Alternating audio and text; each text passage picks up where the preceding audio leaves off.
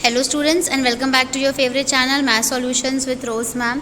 और आज हम करेंगे कक्षा 8 की सामाजिक विज्ञान की भूगोल की वर्कशीट जो है और जिसका टॉपिक है मृदा निर्माण के कारक, भूस्खलन और मृदा का निम्नीकरण। ठीक है, तो थोड़ा सा इसका फॉन्ट छोटा है इस बार वर्कशीट का, तो मैं थोड़ा सा इसको हल्का सा जूम कर लेती हूँ। आप कोशिश करिएगा कि आपको ये सही तरीके से दिखाई दे। तो चलिए हम इसको आगे कंटिन्यू करते हैं। मृदा पृथ्वी के पृष्ठ पर दानेदार कणों के आवरण की पतली परत मृदा कहलाती है। यह भूमि से निकटता से जुड़ी हुई है। स्थल रूप मृदा के प्रकार को निर्धारित करते हैं।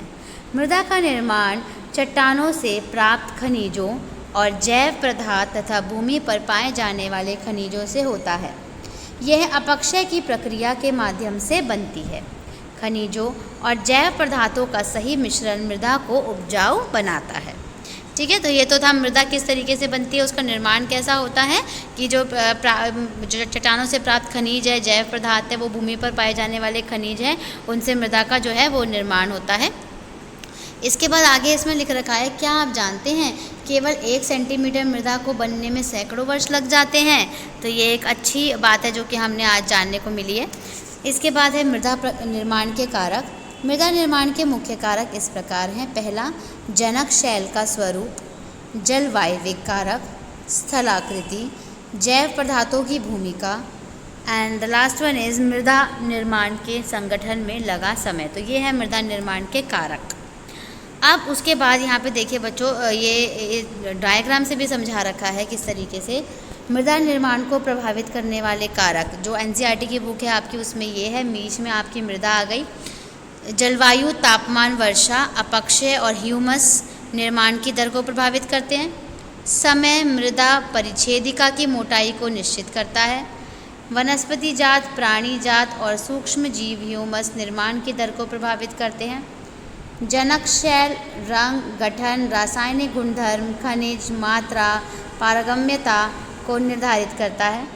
उच्चावच, तुंगता और ढाल मृदा के संचय को निर्धारित करते हैं। तो ये डायग्राम भी बच्चों आपको अपनी वर्कशीट की कॉपी में ड्रॉ करना है। उसके बाद नेक्स्ट टॉपिक है हमारा भूस्खलन।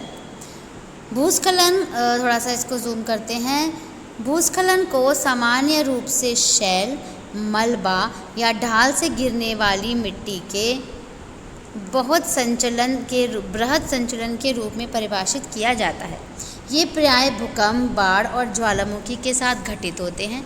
लंबे समय तक भारी वर्षा होने से भूस्खलन हो सकता है। कि क्या है बेसिकली, क्या होता है, मलबा गिर जाए या ढाल गिर जाए मट्टी की, बेसिकली जो मट्टी जो खिसक जाती है अपनी जगह से शैल के रूप में, चट्टान के रूप में, उसको भूस्खलन कहते हैं।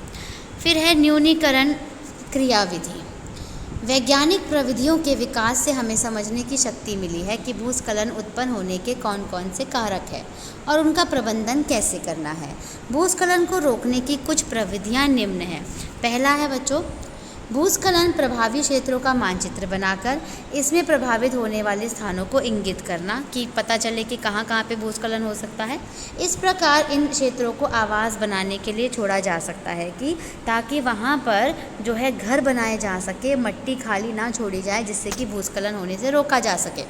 दूसरा है भूमि को खिसकने से बचाने के लिए प्रतिधारी दीवार का निर्माण करना। तो इस तरह की दीवार बनाई जानी चाहिए जो कि प्रतिधारी हो, जिससे कि भूस्खलन को रोका जा सकता हो। तीसरा है बच्चों, भूस्खलन को रोकने का सबसे प्रभावी तरीका वनस्पति आवरण में वृद्धि है।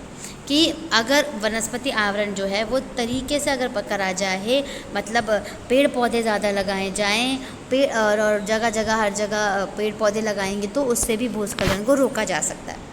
लास्ट है सतही अपवाद तथा झरना प्रभावों के साथ साथ भूस्खलन की गतिशीलता को नियंत्रित करने के लिए पृष्ठीय अपवाद नियंत्रण उपाय कार्यान्वित किए गए हैं। इसके बाद हमारा नेक्स्ट टॉपिक है मृदा का निम्नीकरण। इसको थोड़ा सा हल्का सा आपको करते हैं, जूम करना पड़ेगा। मृदा अपरदन और क्षीणता मृदा संसाधन के लिए 2 मुख्य खतरे हैं। मानवीय और प्राकृतिक दोनों ही कारकों से मृदाओं का निम्नीकरण होता है। मृदा के निम्नीकरण में सहायक कारक वनोन्मूलन, अतिचारण, रासायनिक उर्वरकों और कीटनाशकों का अत्यधिक उपयोग, वर्षा दोहन, भूस्खलन और बाढ़ है। मृदा का निम्नीकरण का मतलब है उसकी वैल्यू जो है, जो उसकी पोषण वैल्यू है मृदा की, वो कम होती जा रही है, घटती जा रही है। तो उसके जो कारण है वो बहुत ज़्यादा, या तो वर्षा हो रही है, या कीटनाशकों का प्रयोग किया जा रहा है, या बाढ़ आ रही है, या भूस्खलन हो रहा है, या फिर जो रासायनिक उर्वरक हैं, केमिकल्स हैं, वो यूज़ किए जा रहे हैं। ठीक है, तो बच्चों ये तो थी आपकी वर्कशीट। अब आपको 3 प्रश्न दिए हुए हैं।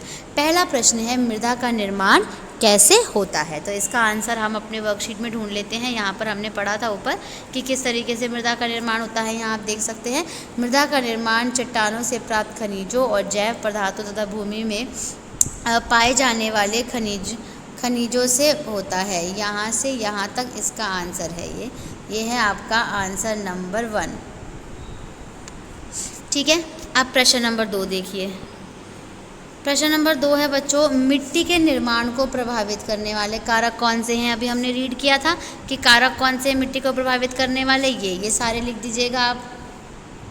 जनक शैल का रूप, जलवायु कारक, स्थलाकृति, जैव पदार्थों की भूमिका और मृदा निर्माण के संगठन में लगा समय, ये पाँचों के पाँचों आ जाएंगे। ठीक है, उसके बाद नेक्स्ट जो प्रश्न है वो है भूस्खलन को कम करना क्यों आवश्यक है। अगर भूस्खलन होगा ज़्यादा तो उससे क्या होगा, इसलिए भूस्खलन को कम करना क्यों आवश्यक है, क्योंकि जो है भूस्खलन का मतलब क्या है कि किस तरीके से उसको रोका जा सकता है करके। तो यहाँ पे इसका आंसर होगा, भूस्खलन को सामान्य रूप से मलबा या ढाल गिरने वाली मिट्टी के बृहद संचालन के रूप में परिभाषित किया जाता है।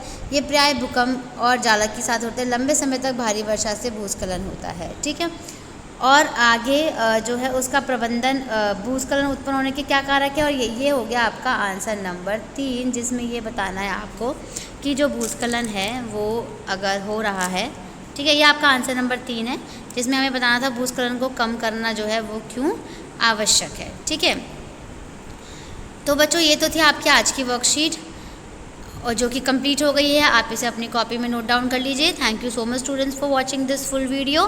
फिर मिलेंगे बच्चों नई वीडियो में नई वर्कशीट के साथ। Till then keep watching my channel and keep supporting me. अगर आपको वीडियो पसंद आया है प्लीज़ वीडियो को लाइक कीजिए, शेयर कीजिए एंड चैनल को सब्सक्राइब कर दीजिए।